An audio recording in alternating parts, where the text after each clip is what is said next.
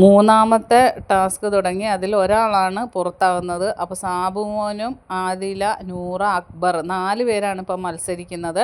അത് 3 പേര് ഔട്ടായിരിക്കുകയാണ്. ഷാനവാസ്, അനിമോള്, അനീഷ്.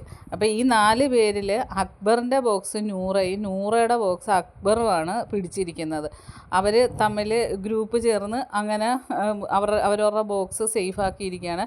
പിന്നെ ആദില ആ പെഡസ്റ്റലിൽ ആദിലയുടെ ബോക്സ് വെച്ചിട്ടുണ്ട്. സാബുമോൻ്റെ ബോക്സ് വെച്ചിട്ടുണ്ട്. പക്ഷേ സാബുമോൻ 2 പേരെയാണ് ഇപ്പോൾ ഔട്ടാക്കിയിരിക്കുന്നത്. അതുകൊണ്ട് ചെറിയൊരു അഹങ്കാരം മുഖത്തുണ്ട്. പാട്ടും പാടി ഇങ്ങനെ അടുത്ത ആളെയും ഞാൻ ഔട്ടാക്കും, ഈ പണം ഞാൻ കൊണ്ടുപോകുന്നുള്ള ഒരു അഹങ്കാരത്തിൽ ഇങ്ങനെ നിൽക്കുകയാണ് പാട്ടൊക്കെ പാടി.